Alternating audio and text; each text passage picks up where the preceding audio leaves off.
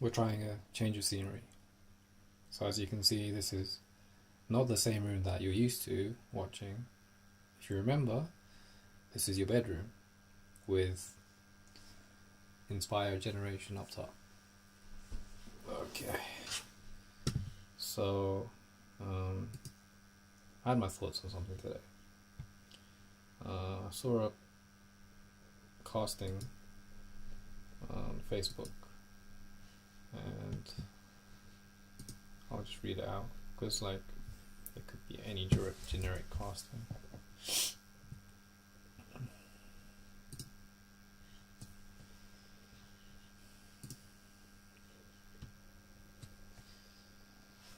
Hashtag casting for fluent, native, hashtag Japanese speaking, hashtag actors, male and female, ages 25 to 55, UK or Europe based.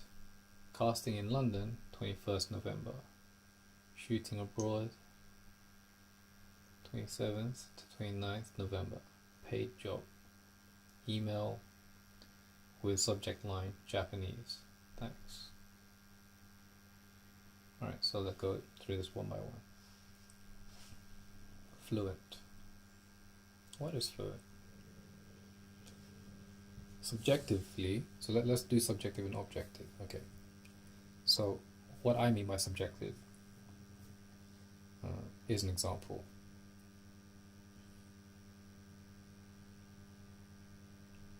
Spinach is better than broccoli. That's subjective. That could be many reasons. Some of those reasons might be subjective, as in terms of taste, and everyone's taste is different. Someone might prefer broccoli over spinach, and some might prefer spinach over broccoli. Objective reasons, for example, are nutritional value, price. Okay. So in terms of fluent, if we want to measure that objectively, there are tests that can do that. Okay. For example, for Japanese, there's this test called JLPT, Japanese Language Proficiency Test, and at each stage it considers you whether you are fluent, quote unquote fluent, or intermediate, or a beginner, or advanced or something. So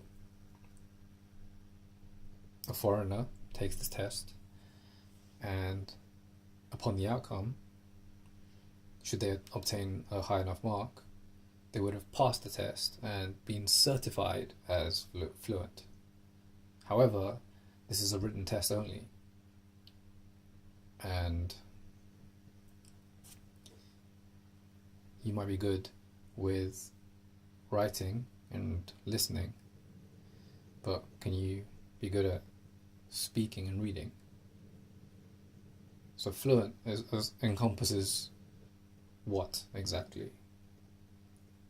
So that's why I feel fluent in terms of casting is subjective, because you don't really know what that means. Let's forget Japanese for now, okay? Let's talk about English. If a Japanese person was born in England, raised in England, went to school in England, is that person then fluent in English? You would say yes. And then let's flip it back to the Japanese. If an English person is born in Japan, raised, went to school, learned Japanese obviously because they've been born and raised, is that English person fluent in Japanese? So in your mind, you need to kind of process that. So fluency on some level could mean being able to hold a conversation. Now, in terms of casting, I don't think that's a necessary word, because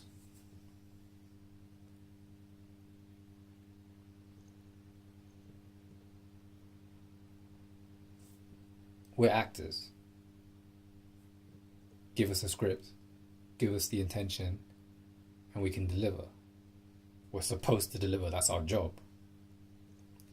Great example is the actor that plays Gus Fring. I'm going to look up his name now. I want to say Esposito.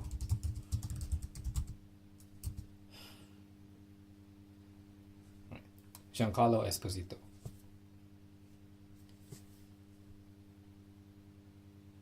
He said in an interview that for his Spanish dialogue, he learnt it phonetically. So does that mean he's fluent?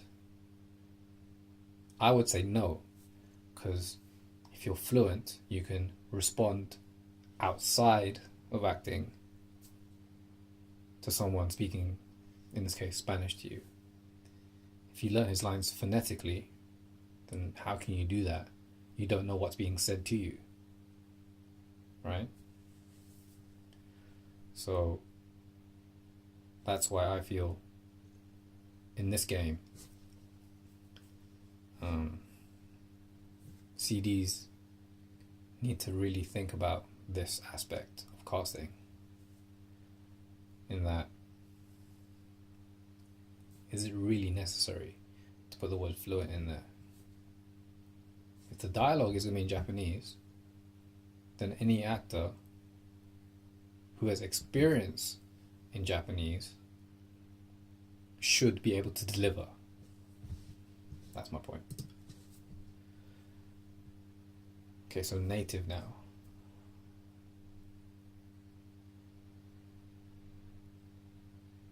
So I understand that they're trying to narrow their search, but an actor is an actor.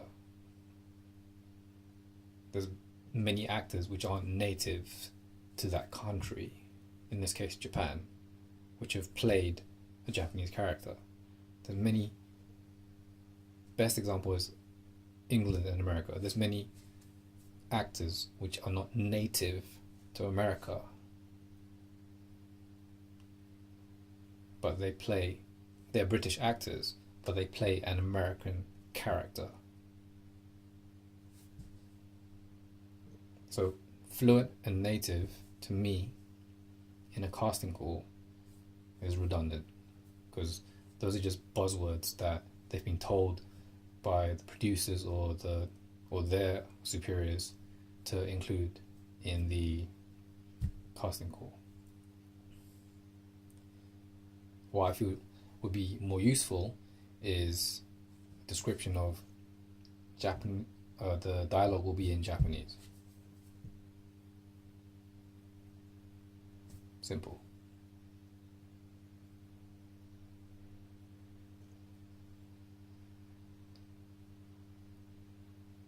They're limiting their choices to only, in this case, if they want a true native of Japan, I would guess that would mean a Japanese family that was, a Japanese family that was born and raised in Japan, had a child in Japan, and get this, now this child or this family has moved to, in this case, London, because it's being shot in London. It's being shot abroad, but the casting is in London. So they want to find that person in London when these native, so-called native speakers, native Japanese people are living in Japan. Do you see how ridiculous this is? I'm trying to get this point across. And do you see how low that number is going to be for that?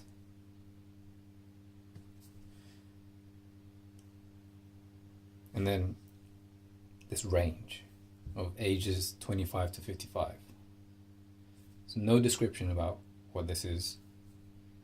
It's saying shooting abroad 27th to 29th.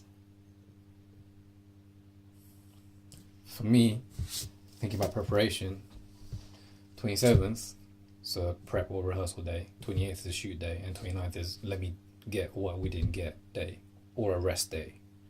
But in this case, I don't think it's gonna be a rest day. So because of the short length, it's either gonna be a super short film, which has an incredible budget because they're shooting abroad, or it's gonna be a commercial. My guess is commercial.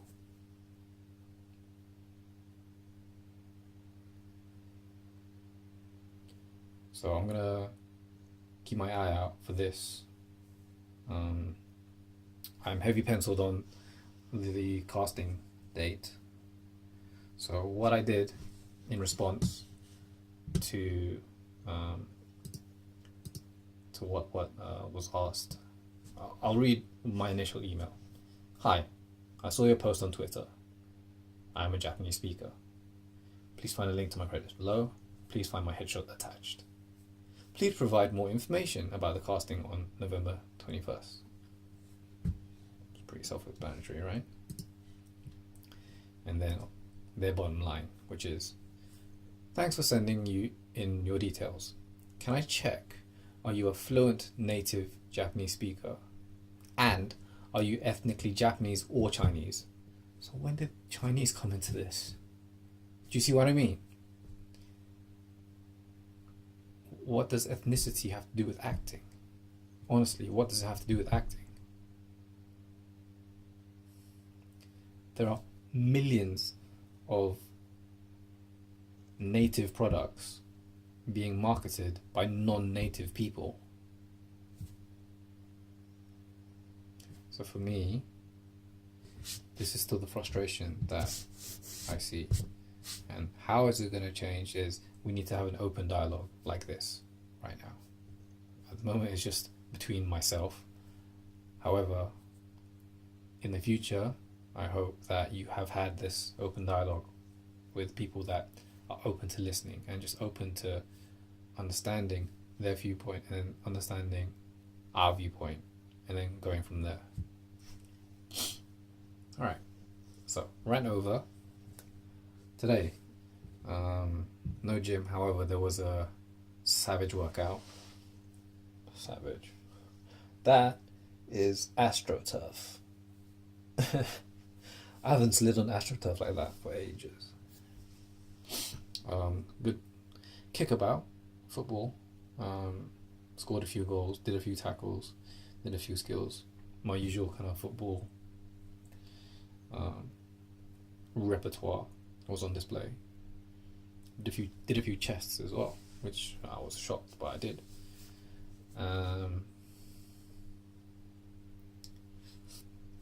This millennial generation, or this Gen Z generation, from what I saw today, had an attitude of wanting to get paid and do the least amount of work possible, and didn't want to break a sweat and wanted to stay comfortable.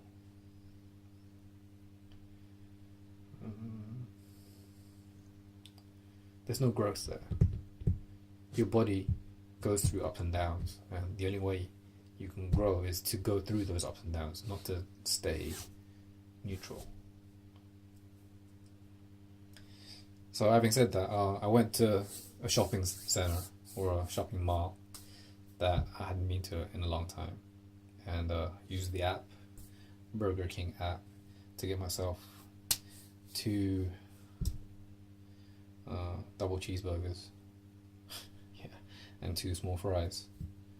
Then I had to wash it down with some Starbucks, try out all their flavors now. So this was a salted caramel brownie chocolate frappuccino. Awesome name. Yeah. And how people are unconsciously unconscious was a great example in the queue today. Just ahead of me, and then the person ahead of that person, there was a guy who wanted to put credit on his Starbucks card, which was an app on his phone. So he gave £4 in change to the cashier, then scanned his phone, then asked for his drink, and then scanned his phone. Wasted time. Because at this point I was in a rush to get to production, get to location. And then the guy just ahead of me, he ordered, and then when it came to pay, his card wasn't working. And he'd never swiped his card before. But say this is the back of the card. Say this is the magnetic strip. And this is the card reader. So you think to swipe this way, but he was swiping this way as if he's never swiped a card in his life. So that was kind of shocking. So that delayed me even more and kind of made me more frustrated. And then when the barista was preparing my drink, he was having conversation with another customer, his friend, while doing my drink. So that was kind of annoying. I felt that I wanted to speak up, and I was using my American accent, so probably that's an idea for the future, where I would just say, excuse me, I'm kind of in a hurry, do you mind preparing my drink first, and then you can talk to your friend as much as you like, something like that. It'll work. So production was fun. Was fed. I did get cramp in my left calf, but it was resolved.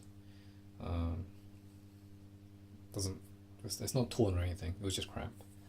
Then we moved on to my old location, my sweet spot, where I used to live, and a lot has changed. Hasn't been completely like gentrified or hipsterized or anything like that, but stuff has changed. I'm just going to check the still recording. Yeah, stuff has changed, but in a good way. And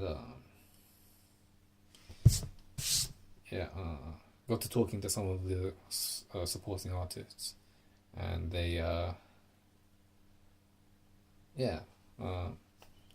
picked up not a few tips, but like I realized that people actually use Twitter to search for stuff. I mean, to post their casting. So that's another thing I can check out. Maybe like get a Twitter alert or something, because this is a hashtag casting and a hashtag Japanese, hashtag actors. So that could be something interesting to look at. Yeah. But my old place, area that I used to live, it was cold, but it was fun at the same time. It was good to be back. Yeah, kind of nostalgic, you know? And yeah, came back home. Yesterday, I didn't even realize that I didn't pack my notebook after class. I think I left it on the ledge in the classroom. But all was good.